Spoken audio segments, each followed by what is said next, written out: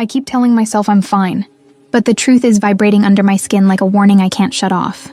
My hands won't stop shaking. I press them against my jeans as I walk the last block to the house where I'm supposed to start this pet-sitting job. But it doesn't help. I'm not shaking because of the job. I'm shaking because I'm pretty sure someone followed me here. I'm trying not to look back again. I've already checked over my shoulder 5 times in the past 10 minutes. And each time I swear I catch a shadow slipping behind a parked car, or a reflection in a window that doesn't seem like mine. It's broad daylight. The whole street alive with people running errands. Teens on bikes, someone washing their car. Nothing sinister. Nothing dramatic. Exactly the kind of place where fear makes you feel delusional. But fear isn't stupid. Fear remembers. And mine? Mine remembers too well. I clutch the strap of my bag tighter, feeling the small carrier bump against my hip. The one holding my cat, Juniper, who's already meowing like I've ruined her entire life. I know, baby, I whisper, barely breathing the words. I know, just a little longer. She's the only thing keeping me upright today. The only reason I didn't go back home, lock the door, and pretend the world can't reach me. This job, this random last minute, too good to be true pet-sitting job, felt like a lifeline when I took it. A week in a beautiful house, good pay. A promise that all I needed to do was feed one cat, stay overnight, and make sure the place didn't burn down. Easy. Safe. At least, that's what I thought before I felt the prickle of being watched on my walk here.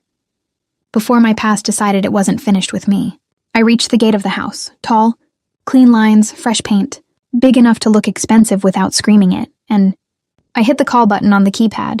My voice sounds too thin when I say, "Hi, it's me. I'm here for the pet sitting." There's a crackle, then silence. I swallow hard. Then the gate buzzes open. I slip through quickly, as if someone might grab my shoulder at the last second. My heart is knocking at my ribs like it wants out. I start up the path, and just as I step onto the front porch, Juniper lets out a long, offended yowl that echoes off the walls. "Yeah, same," I mutter. I raise my fist to knock. The door swings open first, and I freeze, because it's him. I don't know his name yet. I don't know anything about him. But my body reacts before my mind catches up. A jolt of heat, fear, awareness, something that feels dangerously like gravity. He's tall, too calm, too collected, wearing a fitted white shirt rolled up at the sleeves, revealing strong forearms, inked with black geometric lines and something else that disappears beneath the fabric. His presence is quiet but sharp, like a blade wrapped in silk. He looks at me like he's been expecting me, like I'm not a stranger, standing on his porch carrying a cat who hates travel and a heart full of secrets. "Come in," he says. No introduction, no smile, just 2 soft words that feel like an order. I should step back. I should ask questions. I should run because every instinct in me, especially the ones shaped by the last man who messed up my life, tells me men like this don't open doors without reasons. But Juniper chooses that moment to screech again, and the man tilts his head slightly, hearing her. Something shifts in his eyes, just 1 degree, like he's recalibrating whatever he thought of me.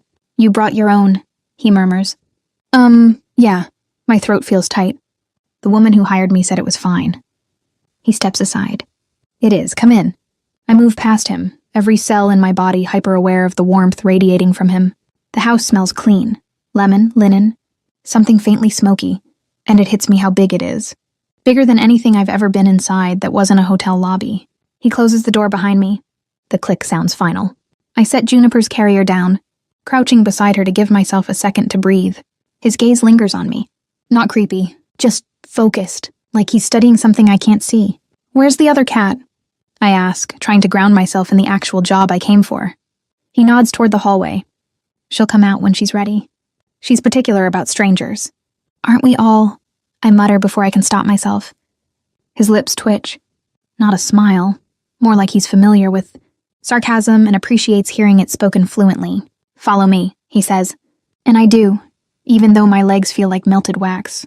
The living room opens wide, sunlight spilling across polished floors and clean furniture. Definitely not a place where people live messy lives.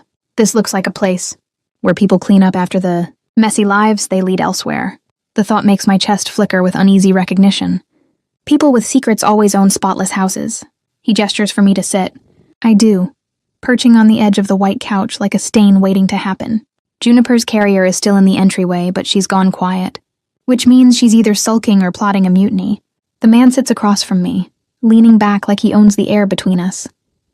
"So," he says, You're here to watch over my cat. I nod slowly. That's the job. He studies me again. It makes me want to fidget, so I keep my hand still by force. Funny, he says lightly, because that's not the job I hired you for. My stomach drops. My heart stumbles. What do you mean? My voice cracks, and I hate that it does. He leans forward, elbows resting on his knees, eyes never breaking from mine. They're a warm, startling amber.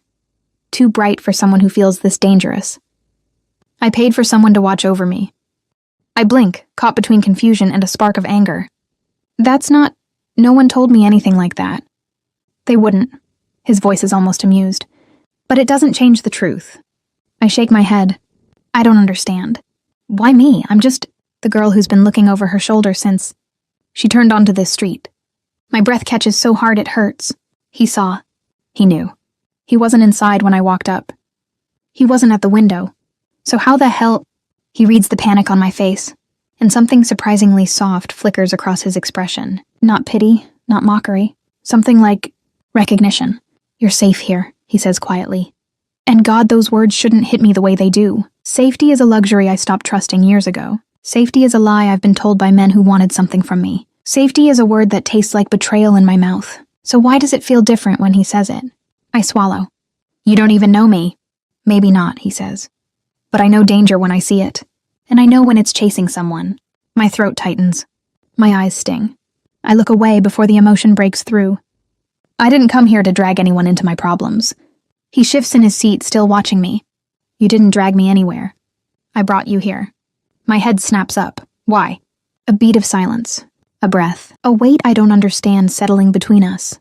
Because, he says softly, someone's been watching you for days. And if they think you're under my roof, they might think twice. My pulse slams. What? No, that doesn't make sense. I haven't. There's no reason for anyone to... You're lying, he says, but his voice isn't accusing. It's gentle. Frustratingly gentle. Not well, but trying. I flinch. Because he's right. Because he's a stranger who can read me better than people I've known for years. Because the thing I've been running from, him, the man who swore I'd regret leaving, feels suddenly much closer now that someone else sees the truth. I've been trying to swallow. Juniper's meow echoes from the entryway, sharp and distressed. She senses my fear. I stand quickly, almost too quickly. And the man rises too, his movements smooth and swift, like he's used to reacting before thinking. I should go, I blurt. You won't make it far. The words freeze me mid-step. He steps closer, not touching me, but close enough that I can feel the steadiness of him, the quiet command in the space he occupies. He lowers his voice, but it hits me like thunder anyway. You were hired to watch my cat, he says. But I hired you to stay alive. My heart stops. Then he adds, even quieter, you're under my protection now. My breath trembles. My world slows. His amber eyes hold mine like a vow I'm not ready to hear but can't look away from. And just when I think I can speak, just when I think I can breathe, Juniper bolts out of her carrier, her fur puffed, her tail huge, hissing at the hallway like she sees something I can't. The man steps in front of me instantly, blocking me with his body. And someone knocks on the front door. Not a polite knock. A hard, urgent, open up now knock. My blood turns to ice. He glances at me over his shoulder. Stay behind me, he murmurs. And I realize with a dizzy rush of fear and something more dangerous than fear. I already have. The knock hits the door again, louder this time, sharper. Like whoever's on the other side isn't here for conversation. My body goes rigid. Juniper bolts back into her carrier, because apparently she's smarter than I am. He doesn't move. He just stands there between me and the door, calm in a way that makes the whole room feel steadier than it has any right to be. I'm shaking so hard my teeth nearly click, but he looks like he's debating whether to answer or break the door frame with his bare hands. He glances back at me, not long, not soft, just enough to check that I'm still there, still breathing, still behind him like he told me. I wish I could hide the way my body reacts to that tiny flicker of attention, the way my chest feels tight and stupidly warm, even as terror pulses behind my ribs. Sit, he murmurs. I don't want to. Please. It's not a command this time. It's quieter, closer to a plea, and that throws me off more than the knocking. I lower myself onto the couch, palms pressed into the cushion to hide how badly they tremble. He crosses the room in 3 easy steps, his shoulders relaxed, his hands loose at his sides, like he's not about to face down whatever nightmare followed me here. The knocking stops, For 3 long seconds, nothing happens. Then the voice on the other side says, "Open the door, Rafe." Rafe, so that's his name. He lets out a slow, amused exhale, one that sends a chill crawling up my spine. "He shouldn't be here," he murmurs, almost to himself. He unlocks the door and opens it without looking nervous, without even checking the peephole. And there's a man standing there, broad-shouldered, impatient, wearing sunglasses, even though the sun's blazing high and unforgiving. He looks me over once, fast, dismissive, then focuses back on Rafe. "You missed a call. I didn't feel like answering." "You need to. It can wait."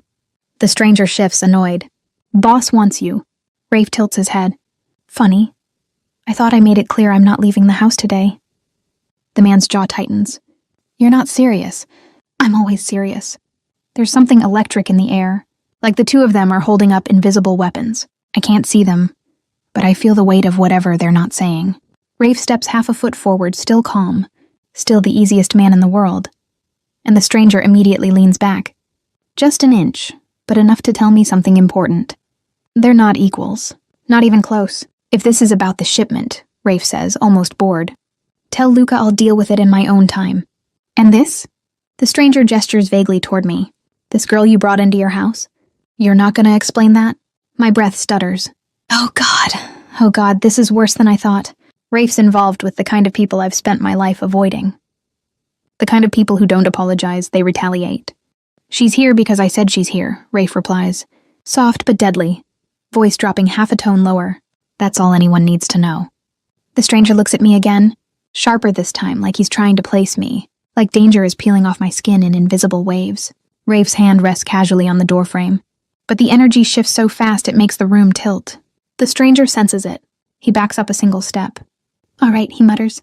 "I'll tell Luca you're occupied." "Do that." Rafe shuts the door before the man can finish turning around. Then he locks it, and bolts it, and checks it again. Not casual this time. For the first time since I met him, he looks tense.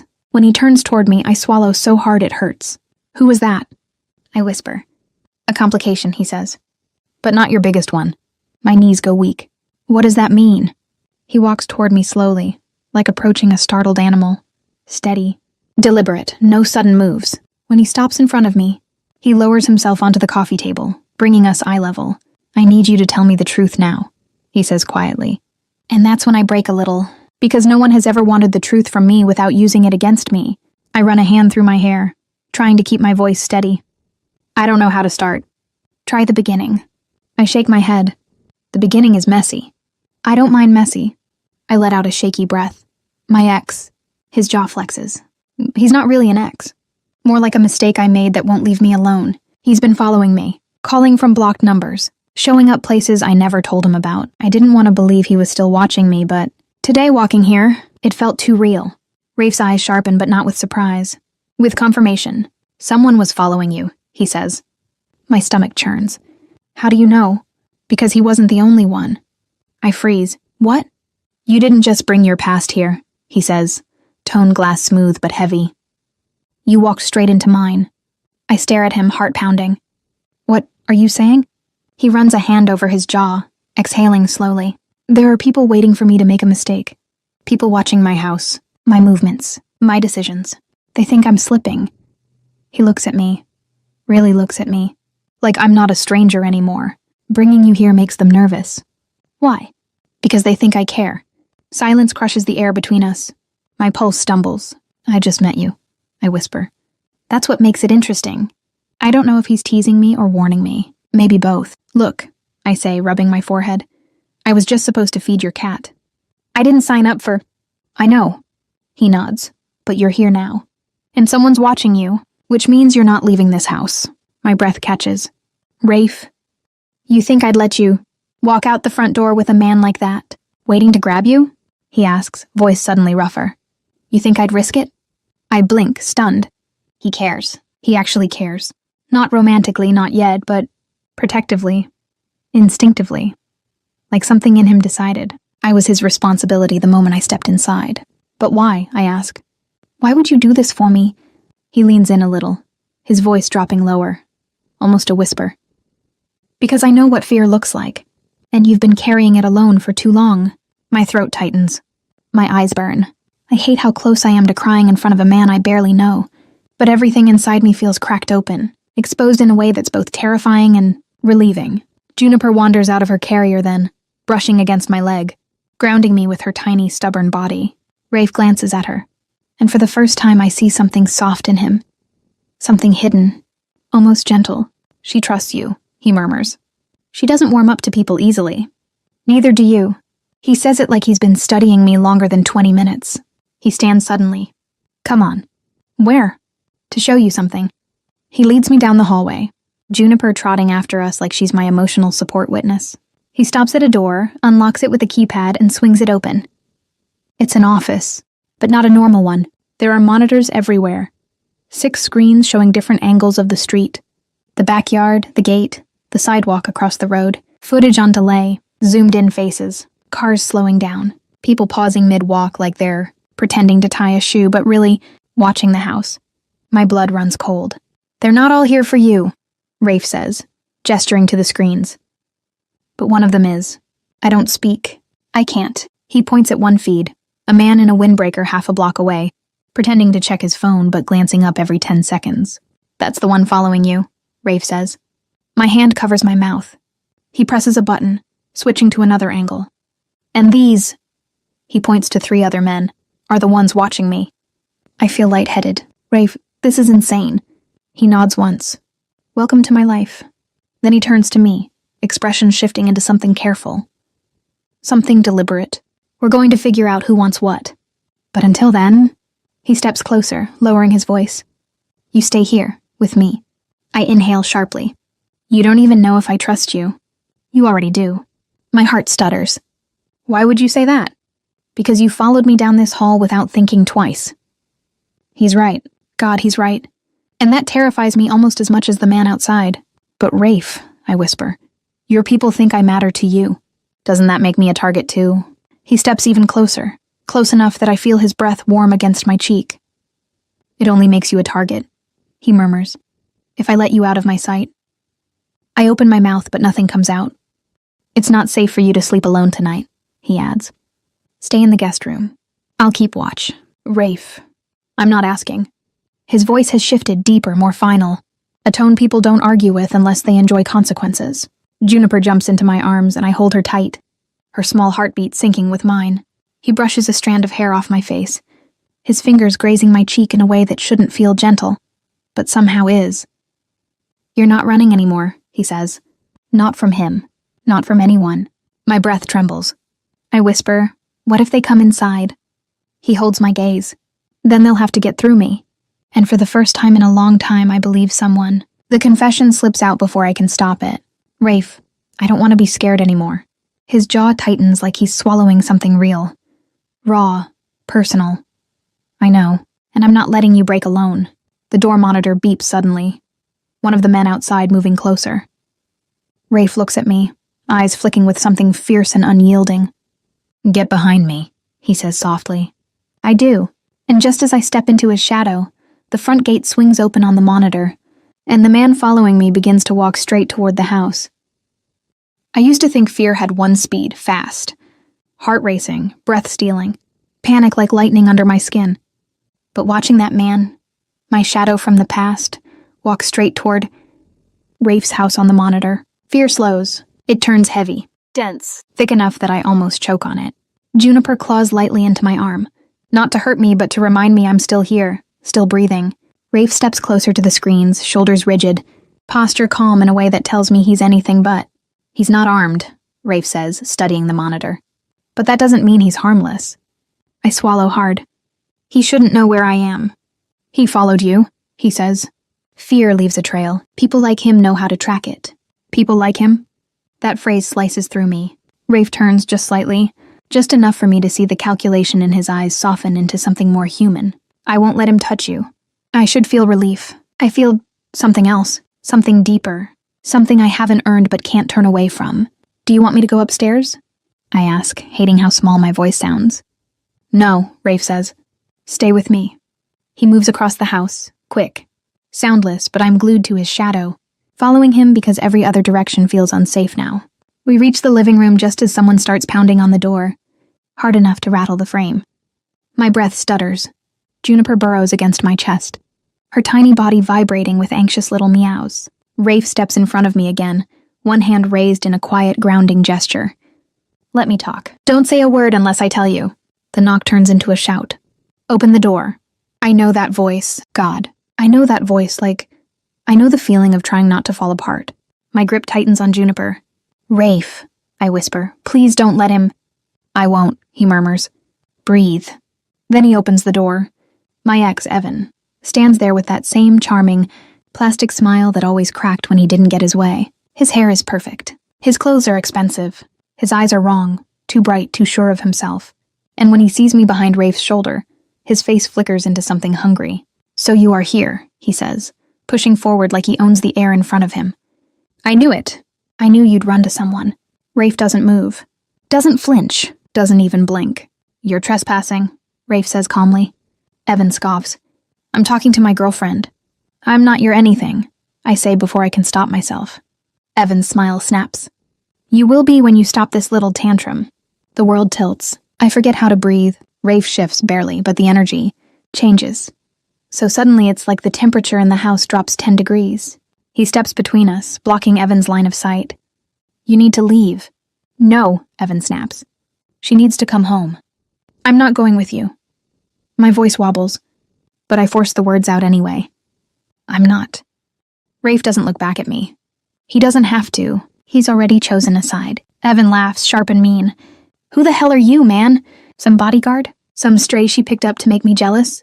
I'm someone who won't let you hurt her, Rafe says. Evan's jaw tightens. She's lying to you. She always lies, she runs. She gets scared, Rafe cuts him off. She's not scared of me. Those 5 words hit me like a punch I didn't expect. Because they're true. God help me, they're true. Evan steps closer, pointing a finger past Rafe. She belongs to me. The look Rafe gives him then. I've never seen anything like it. Not rage, not violence. Something colder. Sharper. A promise carved in silence. You should leave before you regret staying, Rafe says. Evan looks between us, incredulous. You think she's worth protecting? Yes, Rafe answers. No hesitation. No doubt. I do. Something in Evan fractures, smashing through the mask he uses to pretend he's a good man. She's ruined, he hisses. Pathetic. A clingy mess who never learned how to... Rafe moves before he finishes. He doesn't touch him, not yet. He just steps forward, close enough that Evan's breath stutters. If you say one more word about her, Rafe murmurs, I'll break your jaw so clean you'll thank me for the symmetry. Evan swallows. His bravado cracks. He looks at me again, this time with something almost like desperation. You're making a mistake. You always come back. You always... I'm not coming back, I say. Voice steady now. Stronger. Stronger because Rafe is standing between us like a wall I didn't know I needed. I'm done letting you scare me. Rafe glances back, not fully, just enough for me to see a flicker of pride in his eyes. It gives me the last bit of courage I didn't know I had. You don't own me, I say. You never did. Evan freezes. Then something ugly twists across his face. This isn't over, he spits. You think this guy is going to save you? You think he cares? He'll get bored. They all get bored. Leave, Rafe says again, voice absolute. Evan hesitates only a second before backing off, eyes darting between us like he's memorizing something.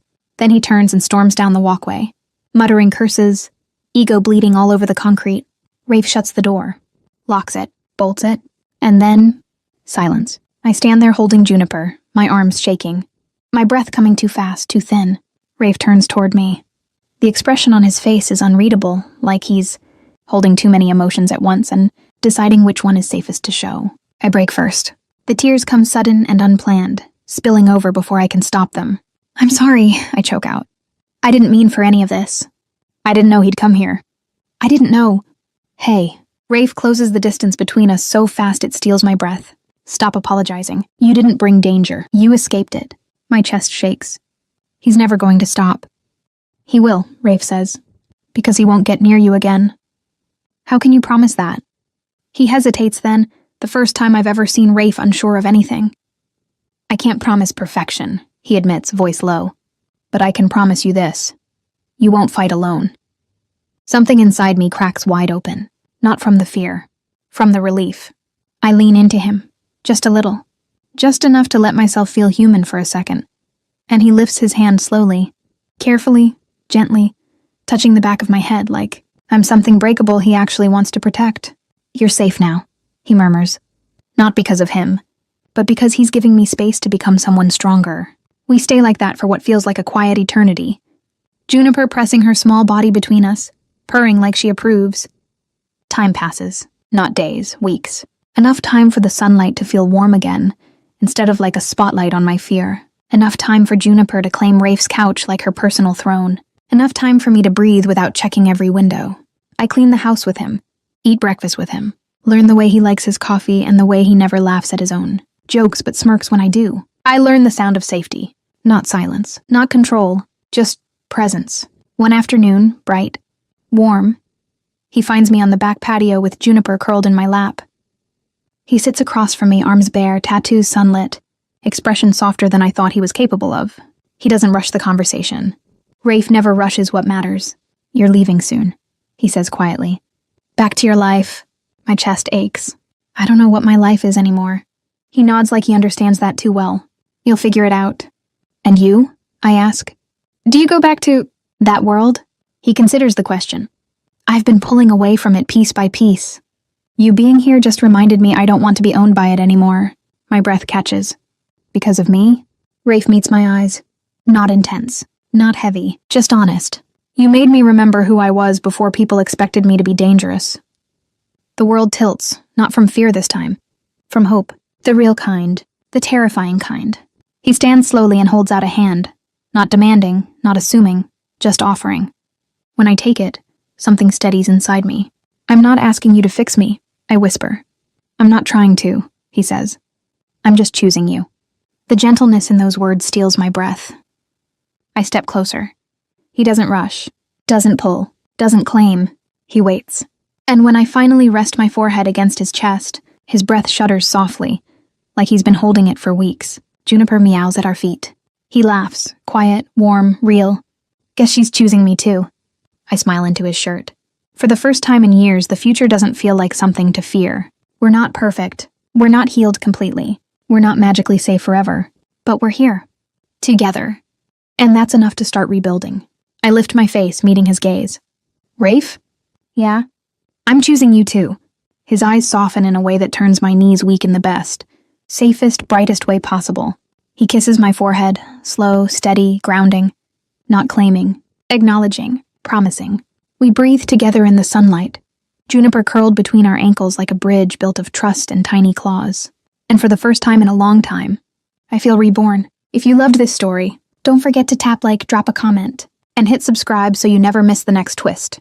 Your support keeps these stories alive, and I'd love to hear what part hit you the hardest.